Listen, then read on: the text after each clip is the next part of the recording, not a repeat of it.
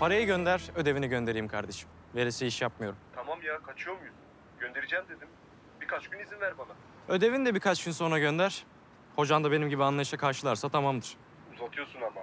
Göndersene lan şunu. Lan mı? He şöyle. Bak şimdi sen normal ayarına geldin. Yok sana ödev. Biliyordum böyle olacağını. Kitabın kapağını bile açmadım. Paran yoksa aklını kullanmak zorundasın kardeşim. Al bu da benden sana bir hayat dersi. Küfredecekti tabii. İçinde kaldı çocuğun. Yenertan hukuk değerli adam. İşte bu be! Dilimine. Pardon. Ne? Sabah 5.30 mu? Otobüs olmaz. Uçak bileti bulamam. Tüh ya. Kazandığım bütün para gitti şimdi. Neyse.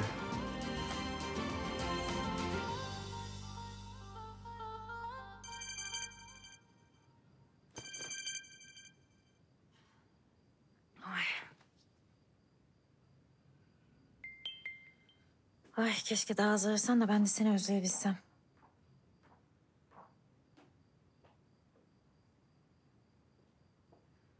Bu saatte mi geliyorsun artık eve kızım? Saatin nesi varmış anneciğim? Daha 12 bile olmadı. Arabam balkabağına dönmeden geldim işte. Daha ne istiyorsun? Spordaydım anne. Gece spor yapman şart mı? Gecenin bir vakti eve dönmen hoş mu kızım? Ben böyle yapmayı seviyorum. Nereden çıktı şimdi bu saat meselesi durduk yere? Tahsin gecenin bir saatine kadar dışarıda olmanı istemiyor. Anlamıyor musun? Tahsin mi istemiyor?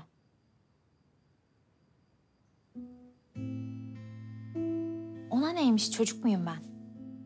Bırakın da yetişkin biri olarak neyi ne zaman yapabileceğime kendim karar vereyim. Bu çatı altında yaşadığın müddetçe Tahsin'in kurallarına uymak zorundasın Hale. Zaten dava meselesine canımız sıkkın. Bir de seninle uğraşmayalım lütfen.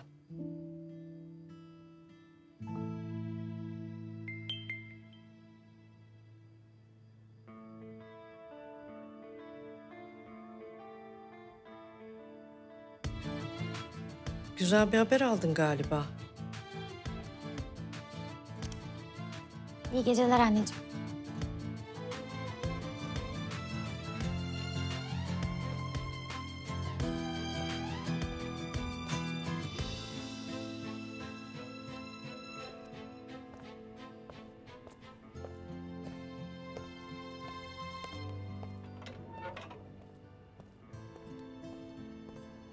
Nermin Sultan, Canım, niye uyumadın sen hala?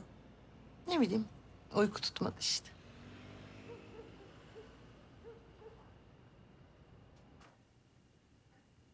Ne oldu? Kim sıktı senin canını?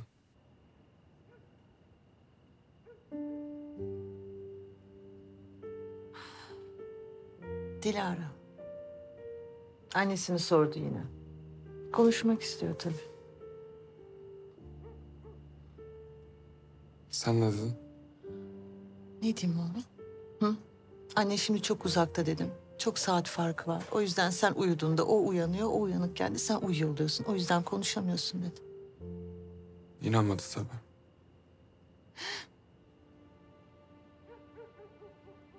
Hayır inandı. İnanır oğlum, o daha çocuk çünkü, anladın mı? Bu sefer dedi ki anneanne o zaman ben uyumayayım. Uyanık kalayım ki annem aradığında konuşabileyim. Ben ne yapayım ki artık? Arada bir arardı eskiden. Şimdi hiç aramıyor. Başına bir şey mi geldi? Ne yapacağım bilmiyorum ya. Annem yapma böyle ya. Sen böyle şeyler düşünme. Çıkar aklından şunları. Kaptırmıştır o kendini bir aleme. Yakında hatırlar bir kız oldu. Oğlum bilmiyorum. O kadar farkındayım ki sana da çok yük olduk. Yani sen benim elim ayağım oldun oğlum. Yani Dilara sen olmasan ne olurdu? Ha? Ben artık seni de mutlu görmek istiyorum. Anne ben mutluyum. Beni seven annem. Dünyalar güzeli yeğenim. Baş belası olsa da bir abim var hayatımda çok şükür. Daha ne isteyeyim ben? Ya bak okulum da bitti. Avukatlık yapınca öyle sıkıntılarımız da gidecek. Güzel kalpli oğlum benim. Evet, ablam vefasız, abin hayırsız çıktı. Bilmiyorum. Belki ben beceremedim ha. Ben iyi bir anne olamamış olabilirim yani. Annem o nasıl söz? Çıkar şu düşünceleri aklından, gözünü seveyim. Ya tamam haklısın bak, ablam da abim de biraz...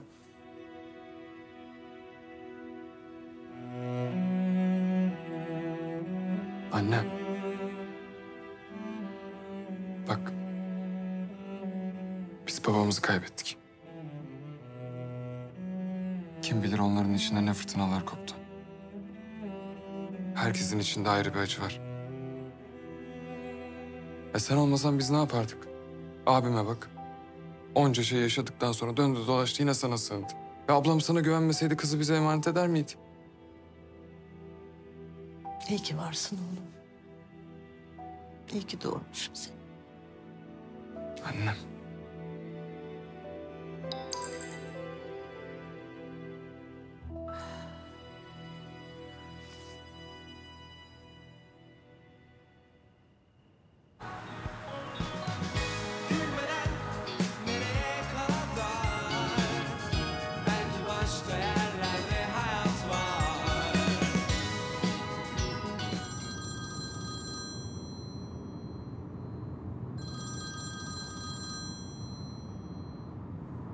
Alo, baba? Baba çok önemli bir hukuk bürosu burası. Vallahi ben de anlamadım, öyle oldu. Sağ olsun bir arkadaşım İstanbul'a gidiyordu, beni de yanına aldı. Şimdi öyle yoldayız. Merak etmeyin, İstanbul'a varınca arayacağım sizi. Yok, yok baba, kuzende kalacağım. Merak etme, var param. Anneme söyle, o da merak etmesin, arayacağım onu varınca. Tamam. Hadi iyi geceler. Attım her şeyi, yaktım hepsini artık. Karar benim gitme. Yoldayım sonunda. Kaçmadım ama zordu yaşamak. Gülmeden nereye kadar? Belki başka yerlerde hayat var. Başka insanlar var.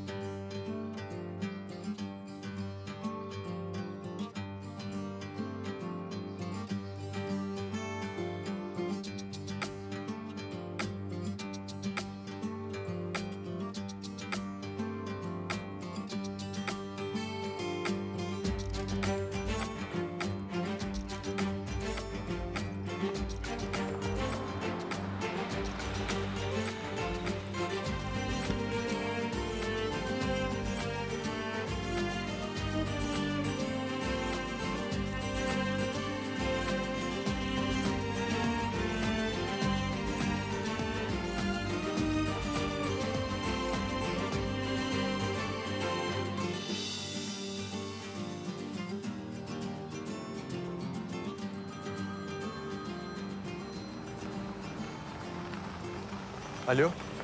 Geldim şimdi. Gireceğim birazdan içeri. Sakın uyuma ha. Çıkınca ararım seni. Tamam. Tamam. Buyurun. Ha pardon ya.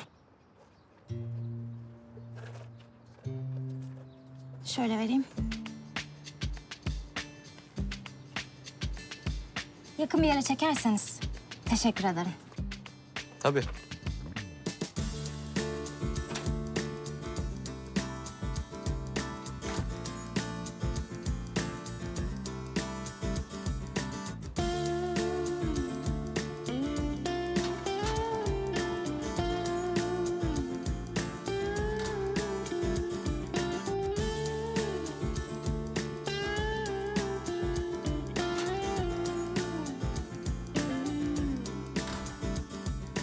Ay yok artık ya. Hale, Ne o, şaşırdın mı?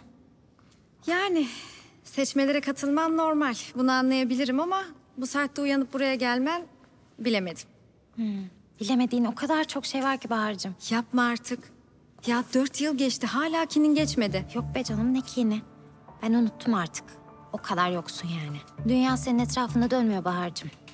Biz Burak'la gayet mutluyuz. Yurt dışından da yakın zamanda dönecek. Ben de stajımı bitirdikten sonra evlenme planlarımız var, bakalım. Ne güzel. Sevindim senin adına. Gerçekten. Gerçekten teşekkür ederim. Çok sağ ol.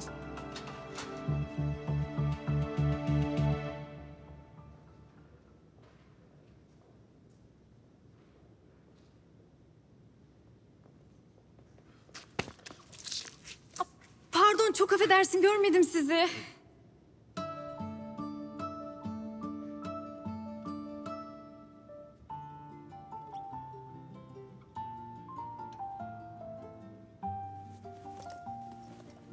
Yok, sorun değil. Kaza sonuçta olur böyle şeyler. Bir tutar mısın? Şunu da vereyim, yandınız mı? Yok. Kahveniz o kadar sıcak değilmiş. Şunu da vereyim. Hay Allah ya, tam da görüşme öncesi. Of, şunu da verirsem. Of, yani aradığımız şeyler niye en dipte olur ki? Buyurun. Kusura bakma lütfen, yani normalde bu kadar sakar bir insan değilim aslında ama sabah sabah sersemledim galiba. Onu da alayım. Buyurun, size şöyle vereyim. Tamam. Merak etmeyin ya. Hallolur. Sıkıntı yok. Mert ben. Rujumu da alayım. Pardon. Çok memnun oldum. Bahar. Bahar ben. Bahar. Güzel isim. Teşekkürler. Başarılar. Sana da.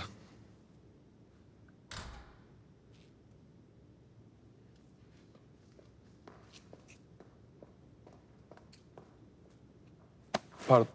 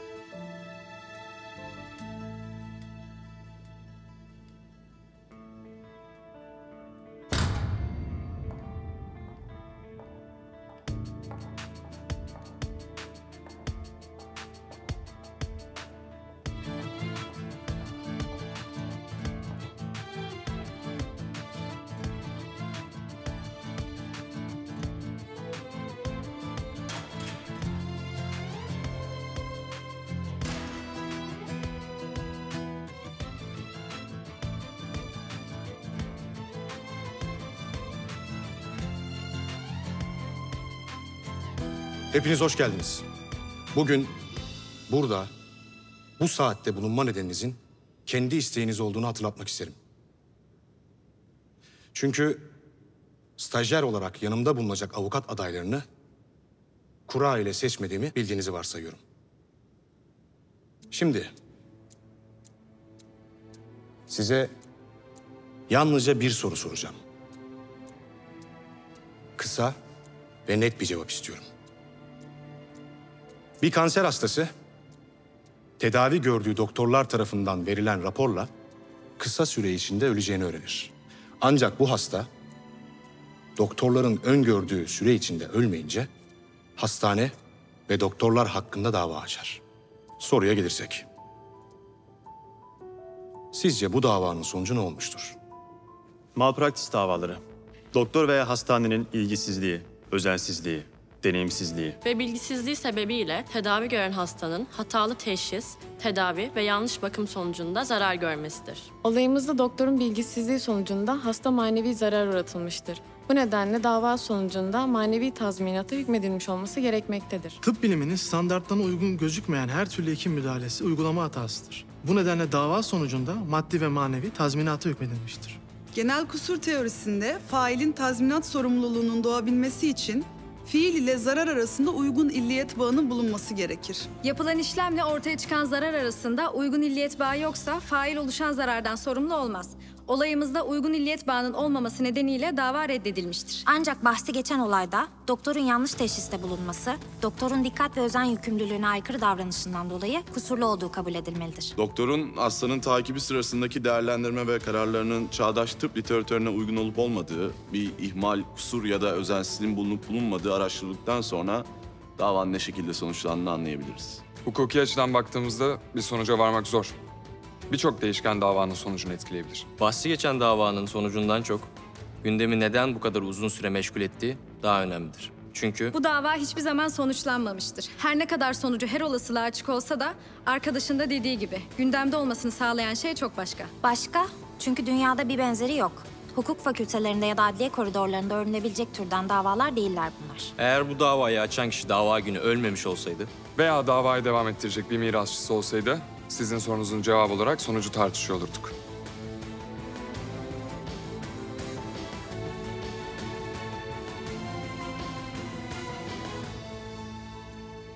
Teşekkürler arkadaşlar.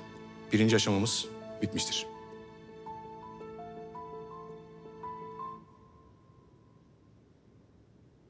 İkinci aşamamız cevap veren arkadaşlarla 2 gün sonra daha makul bir saatte. Görüşmek üzere.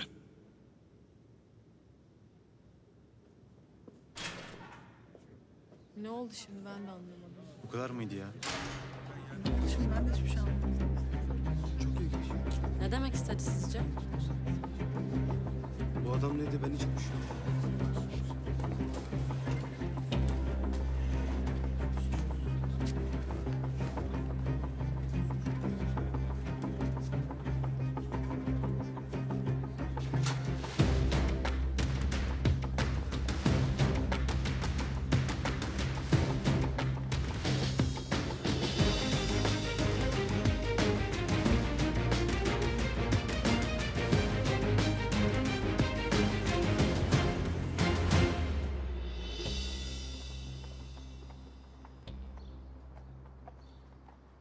Sabahın köründe neydi bu şimdi? Adamın metotlarının farklı olduğunu duymuştum. Nerede? Saat kaçta ikinci buluşma? Bildirecekler herhalde. Boşuna beklemeyin. Söyleyeceğini söyledi Doğan Yener. Herkes bilse seçmenin bir önemi kalmaz, öyle değil mi?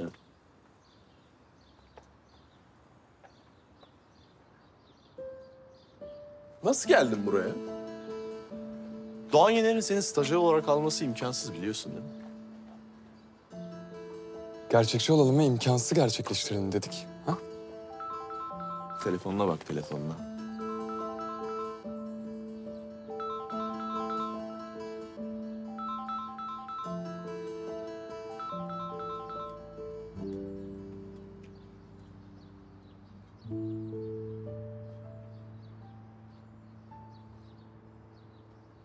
Vale olmadığını söyleyebilirdin. sormadın ki. Hoş sorsam da söylemezdin ki. Söylemezdim evet. Parayı görünce Kibir bazen para kaybettirir küçük hanım. Hayatta ne çok şey var değil mi öğreneceğimiz? arabamın anahtarını alabilir miyim? Ha. Arabam nerede? Aldığım parayı hak etmek için güzel bir yere park ettim ama inan hatırlamıyorum. Ayrıca müessesemizde para iadesi yoktur.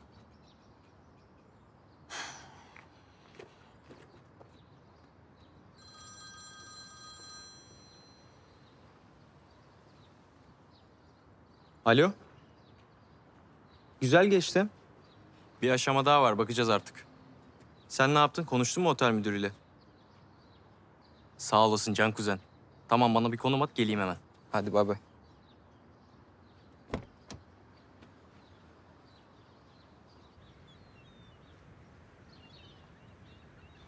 Pardon. Telefonunuzu unutmuşsunuz da. Ay çok teşekkür ederim. Ya bugün de başınıza bela oldum resmen. Ya olur mu öyle şey? Ben çok stresliydim gelene kadar. İyi oldu bir kahve molası. Nasıl? Yani sence şansın var mı? Bilmem. Olabilir mi? Onu ben bilemem. Haklısın. İnsan kendi şansını kendisi yaratmalı sonuçta. Yani ben kendime şans veriyorum. Evet, tamam biraz sakarım. Ama mesleğimi gayet bilinçli bir şekilde seçtim. Ha, sen onu ne diyorsun? Sen ne anladın? Ben bir şey anlamamışım. Hadi ya. Üzülme. Yürüyelim mi? Evet, yürümek iyi olabilir şu an.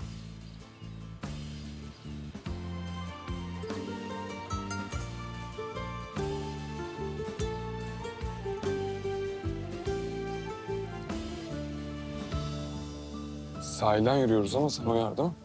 Olur tabii. Ben zaten şu ileride ayrılacağım. Tamam. Ha, seni kuzum aradı. Çift M ile. Kardeşim merak etmiştir. Ha. Komik mi? Yani evet bence komik. Sen öyle bir anda me deyince aklıma kuzu sesi geldi. Tamam biliyorum saçma. Hatta çok saçma. Bu arada sen hangi okuldan mezunsun? Ne? Bu da böyle sen kaça geçtin bakayım gibi bir soru olmadı mı? Öyle oldu değil mi? Yani ben de sevmem böyle sorular aslında. Evladım sen kaça geçtin bakayım? 5. Sen daha 1. sınıfta değil miydin? Özel Boğaz İstanbul. Ama burslu okudum. Oo, ha, güçlü bir rakibim var ya. Zordur burslu okumak. Evet. Ben de İstanbul Üniversitesi mezunum. Aa, kayıt yaptırsaydım aynı sınıfta olacaktık demek. Vay be. Son anda burs kazanınca tercihimi değiştirdim. Belki birlikte staj yaparız. Neden olmasın? Yani ne demişler? İki insanın birbiriyle karşılaşması kaderi. Tanıştıktan sonra onların yan yana kalmalarıysa gayretine bağlıdır. Yani bunu ben demiyorum tabii. Bir yerde okumuştum. Anladım. Oldu o zaman. Görüşmek üzere diyelim. Yeri ve saati biliyoruz o zaman.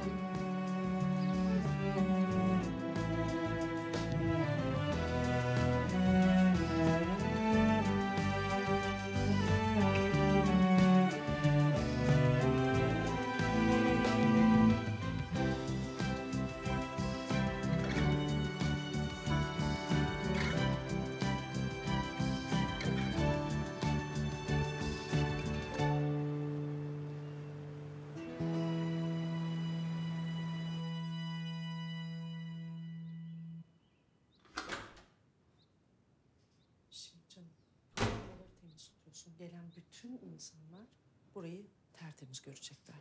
Bütün bardaklar, içecekleri hazırladın mı? Hepsi dolapta mı, soğuk mu? Tamam. Bütün bunların hepsini hazırlıyorsun ve ondan sonra haber veriyorsun. Tamam mı? Hale? Anne. Ay, yorulmuşum ha. Neredesin kızım sen? Telefonla da arıyorum, açmıyorsun. Kaç kere aradım. Toparlan hadi, geliyor insanlar. Anne ne oluyor? Kim geliyor? Dergiciler bugün röportaj var. Unuttun mu? Ha, bugün müydü? Anne ben röportaj vermek istemiyorum. Yani benim ne işim var o dergide? Siz konuşun işte. Ne demek siz konuşun Hale? Ailece konuşmak istiyorlar kızım. Sen de aileden olduğuna göre. Anne gerçekten hiç havamda değilim. Bir pot falan kırarım, bir şey olur. Yüce Tayman ailesinin ismine zarar vermeyelim durduk yere. Hale, yeter artık ama lütfen. Ya gerçekten benimle didişmenden ben çok yoruldum. Kızım sen ergenliğinde bile böyle değildin. Ne oldu sana? Ben hiç anlamıyorum. Ya çok şey mi istiyorum? Bu dergiye ne kadar çok çıkmak istediğimi sen biliyorsun. Şimdi fırsat ayağıma gelmiş ve şu yaptığına bak. Annen olarak şu kadar da mı hatırım yok? Gerçekten bu kadar mı istiyorsun? Evet. Ama boş ver. Seni zorlayacak değilim. Tamam. Tamam ama sırf senin için, tamam mı? Benim canım, benim bir taneciğim, benim tatlım. Anne tamam. Hadi tamam kalk, toparlan. Böyle misin? Evet. Ya saçmalama. Ne? Hayır, saçını başını düzeltelim. Anne saçmalama, gayet iyiyim işte. Ne yapayım? Ya hadi. Çabuk, hiç mi heyecanlı değilsin? Böyle röportaja çıkma lütfen, benim istediğim olsun. Of anne.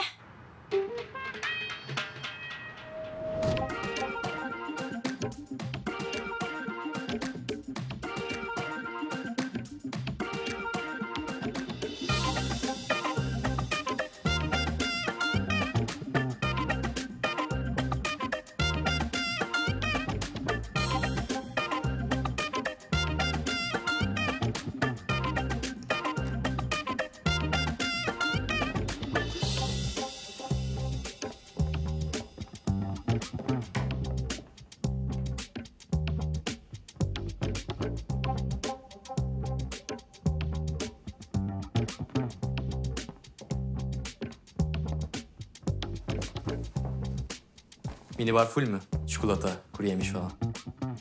Full. Her şey var abi. Güzel. Abi, şimdi ben bu gecelik dedim müdüre. Sağ olsun indirim yaptı otel boş diye. Ama sen 2 gün daha diyorsun. Nasıl olacak o iş? Halledeceğim ben kuzen, sen merak etme. Abi otel köşelerinde sürünme. Gel bende kal ya. Sen İstanbul'da oturmuyorsun ki. Hadımköy nedir ya? Bayağı Makedonya sınırında yaşıyorsun sen. Hem sen demiyor muydun bana işe gidiş gelişim 4 saati buluyor diye? İzmir'den gelip giderim daha iyi. Para işini nasıl yapacağız? Bak bende yok kuzen. Çalıştığım bir tez vardı. Bu gece bitiririm. Ondan iyi para alacağım, merak etme.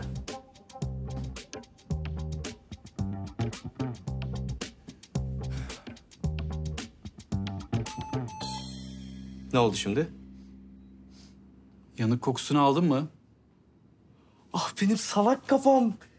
Bu bana bir uyarı verdi. Ben de bakmadım bile. Yandı anakart. Abi istersen ben ayarlarım sana bir bilgisayar. Dosyanın yedeği yok. Dünyadaki tüm bilgisayarları bana ayarlasan şu anda bir fayda etmez. Ne yapacaksın? Bulacağım bir yol.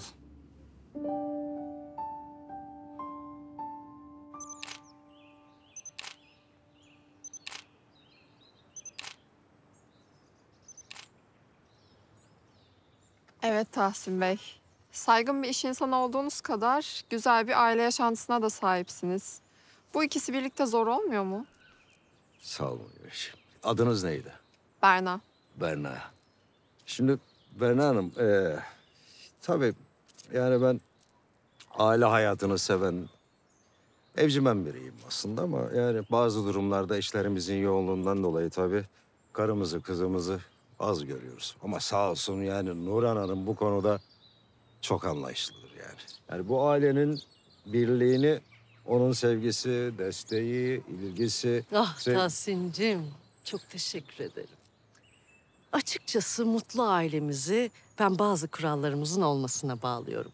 Mesela illa akşamları sofraya birlikte otururuz. Hafta sonları bir gün bile olsa birbirimize zaman ayırırız. Aktiviteler yapmaya özen gösteririz. Çok güzel. Peki biraz da Hale Hanım'la konuşalım. Aileniz bağlarınızın sık olduğundan bahsetti. Hale Hanım birlikteyken yaptığınız aktiviteler neler, nelerden hoşlanırsınız?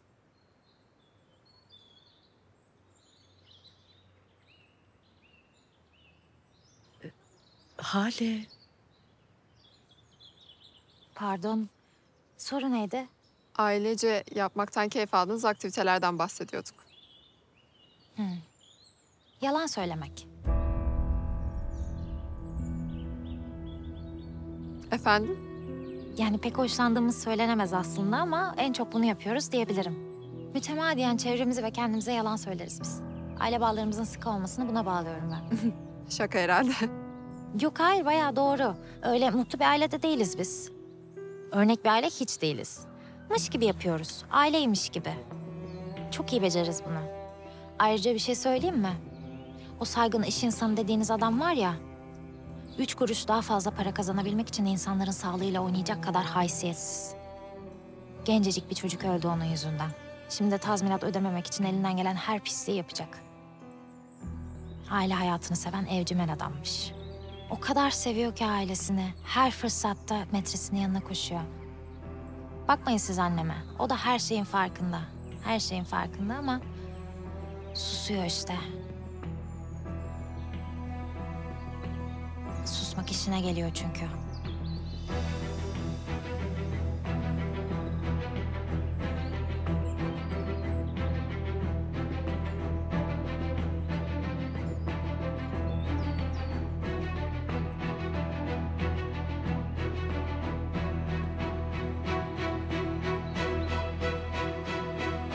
Hale. Halecim. Pardon, dalmışım. O kadar çok şey var ki beraber yapmaktan hoşlandığımız. Hangi birini söylesem bilemedim. Kampa gitmeyi çok severiz biz. Şu sıralar çok fazla gidemiyoruz ama... kış tatilleri, onu çok severiz. Ne bileyim, tekneyle açılmak en sevdiklerimizden. Böyle şeyler. Ben mangal yapmayı çok severim. Harika.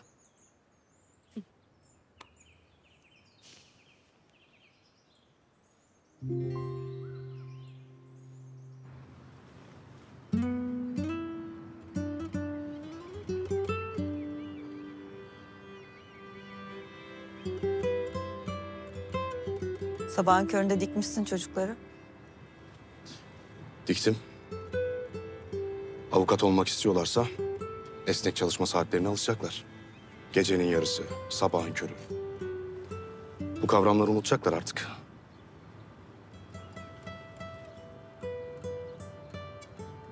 Tülin, bilmen gereken bir şey var. Tahsin Tayman'ın kızı da adaylar arasında. Biliyorum ne diyeceğini. Ama Tahsin'le olan meselemiz başka. Bu başka. Eğer sınavı geçerse diğerlerine verdiğim şansı Oks'a da vermek durumundayım. Babasına bilgi uçurur diye korkmuyor musun? Sence? Beni en iyi tanıyan sensin sonuçta. Ve yine seni en iyi tanıyan insan olarak kim ne derse desin aklına koyduğunu yapacağını biliyorum. O yüzden bu konuda daha fazla konuşmamız faydasız.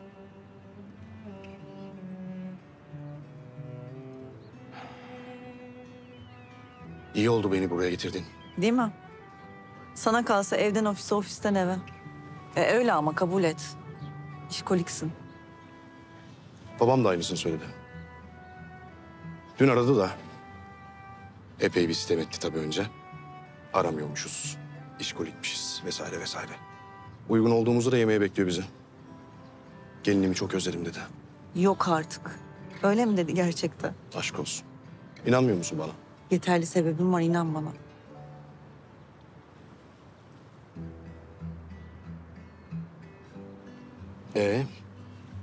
Yemeğe ne diyorsun? Bu aralar yoğunum biliyorsun. Benim boşluğum olsa senin işlerin oluyor. Bakarız. Ayarlayabilirsek.